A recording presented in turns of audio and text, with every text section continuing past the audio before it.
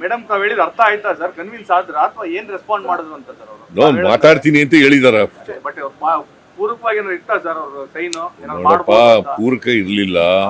But ನಾನು ಒತ್ತಾಯ ಮಾಡಿದ್ದೀನಿ, ಕೂಡ್ಲೆ ಮಾತಾಡಮ್ಮ RBIನವ್ರಿಗೆ ಮತ್ತೆ ಇವ್ರಿಗೆ ನಬಾರ್ಡ್ನವ್ರಿಗೆ ಮಾತಾಡಮ್ಮ ಅಂತ ಹೇಳಿದ್ದೀನಿ.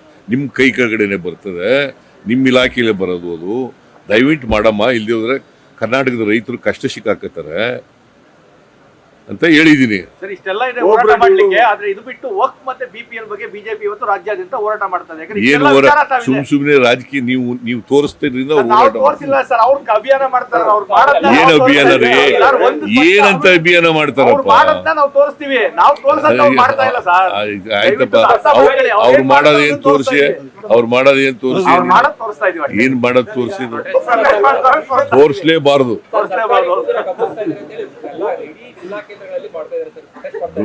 ತೋರಿಸ್ಲೇಬಾರದು. ಜನಗಳಿಗೆ ಸತ್ಯತೆ ಗೊತ್ತಾಗಬೇಕಲ್ಲ. ಅವ್ರು ಸತ್ಯತೆ ಹೇಳ್ತಾ ಇದ್ದಾರ? ಕೇಳಪ್ಪ, ಇಲ್ಲಿ ಸತ್ಯ ಹೇಳಬೇಕು. What is the role of the media? ಜನಗಳ ಸತ್ಯ ತಿಳಿಸ್ಬೇಕಲ್ವಾ? ಜನಗಳ ಬಿಟ್ಬಿಡ್ತೀವಿ ನಾವು, ಅವ್ರು ಏನಾದ್ರು ತೀರ್ಮಾನ ಮಾಡ್ಕೊಳ್ಳಿ ಅಂದ್ರೆ. ನೀವೇನ್ ಮಾಡ್ತೀರಿ? What is your job? ಅವ್ರೇನ್ ಹೇಳಿದ್ರು ಹಿಂಗೆ, ನೀವೇನ್ ಹೇಳ್ತೀರಿ ಹಿಂಗೆ. ಅದನ್ನ ಹೇಳಕ್ಕೆ ನೀವು ಇರೋದು ಮಾಧ್ಯಮ. ಮಾಧ್ಯಮ ಅಂತಂದ್ರೆ ಸತ್ಯ ಜನರಿಗೆ ಹೇಳ್ಬೇಕು. ಮಾಧ್ಯಮ ಅಂತೆ, ಮಾಧ್ಯಮ ಏನಿದು? ಆಮೇಲೆ ಈಗ ಅದಾನಿಯವರಿಗೆ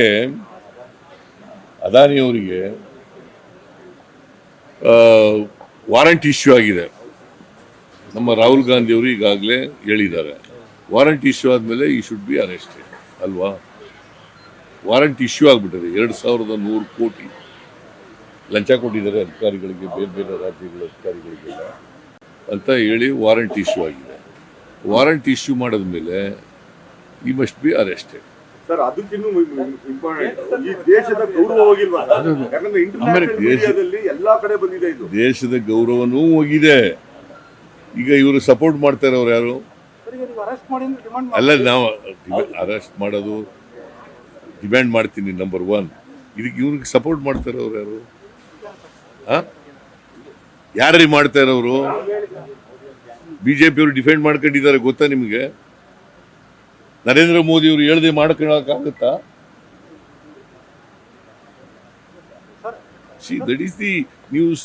ನನಗೇನಪ್ಪ, ನಾವು ಮಾಡೋ ತಪ್ಪು ಹೇಳಿ, ನಾವು ಹೇಳ್ಬೇಡಿ ಅಂತ ಹೇಳಲ್ಲ, ಬಟ್ ಸತ್ಯ ಹೇಳಿ ಅಷ್ಟೇ. ಸರ್, ನೀರವ್ ಮೋದಿ ಇವ್ರನ್ನೆಲ್ಲ ಬಚಾವ್ ಮಾಡ್ದಂಗೆ ಅದಾನಿನೂ ಬಚಾವ್ ಮಾಡಕ್ಕೆ ಏನಾದ್ರು ಪ್ರೈಮ್ ಮಿನಿಸ್ಟರ್ ಅಟೆಂಪ್ಟ್ ಮಾಡ್ತಾ ಇದಾರ ಅಂತ? ಮಾಡ್ತಾರೆ. ಸರ್, ಈಗ ಮಹಾರಾಷ್ಟ್ರಕ್ಕೆ ಹೋಗಿ ಕ್ಯಾಂಪೇನ್ ಮಾಡಿದ್ರಿ, ಇವಾಗ ಕಡೆ ಎಲ್ಲ ತುಂಬಾ ಒಳ್ಳೆ ರೆಸ್ಪಾನ್ಸ್ ಇತ್ತು, ಏನಾಗ್ಬೋದು? ನನ್ನ ಪ್ರಕಾರ there is a close fight.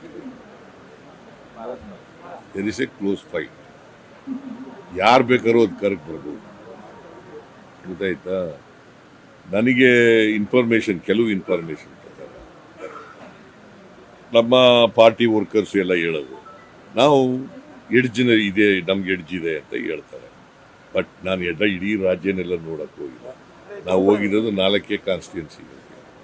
So ಅದರಿಂದ 288 ಕಾನ್ಸ್ಟಿಟ್ಯೂನ್ಸಿಗಳಿದ್ದಾವೆ. ಎಲ್ಲಕ್ಕೂ ಗೊತ್ತಾಗಲ್ಲ ನನಗೆ. ಕಾರ್ಯಕರ್ತರು ಹೇಳೋದು, ಲೀಡರ್ಗಳು ಹೇಳೋದು, ಅದ್ರ ಮೇಲೆ ನನಗೆ ಸಿಕ್ಕಿರ್ತಕ್ಕಂಥ ಅಭಿಪ್ರಾಯ. ಮೂರು ಗೆಲ್ತೀವಿ. ಏನ್ ಸಂದೇಶ ಹೋಗ್ಬೋದು ಸರ್? ಏನ್ ಶಾಸ್ತ್ರ ಹೇಳಕ್ಕಂತ ಗೆಲ್ತೀವಿ ಅಂತ ಅಷ್ಟೇ ಬರೀಬೇಕು. ನೋಡಪ್ಪ, ಇಷ್ಟೇ ಗೆಲ್ತೀವಿ, ಅಷ್ಟು ಗೆಲ್ತೀವಿ ಅಂತ ಹೇಳಕ್ಕೆ. ಬಟ್ ನಮ್ಮ ಕಾರ್ಯಕರ್ತರೆಲ್ಲ, ನಾನು 2 ದಿನ ಹೋಗಿದ್ದೆ ಕ್ಯಾಂಪಸ್ಗೆ. ಇವರು ಹೋಗಿದ್ರು, ನಮ್ಮ ಮಾದೇವಪ್ಪ ಹೋಗಿದ್ದ, ವೆಂಕಟೇಶ್ ಹೋಗಿದ್ದ, ಬಹಳ ಜನ ಹೋಗಿದ್ರು. ಇವ್ರಿಗೆಲ್ಲರದು ಅಭಿಪ್ರಾಯ ಏನು ಅಂತಂದ್ರೆ ನಾವು ಗೆಲ್ತೀವಿ. ಚುನಾವಣಾ ಫಲಿತಾಂಶ ಏನು ಸಂದೇಶ ಕೊಡಬಹುದು ರಾಜ್ಯದ ಜನರಿಗೆ? ಏನಾದ್ರು ಸಂದೇಶವನ್ನು ಕೊಡುತ್ತಾ ಚುನಾವಣಾ ಫಲಿತಾಂಶ ಅಂತ ಸರ್?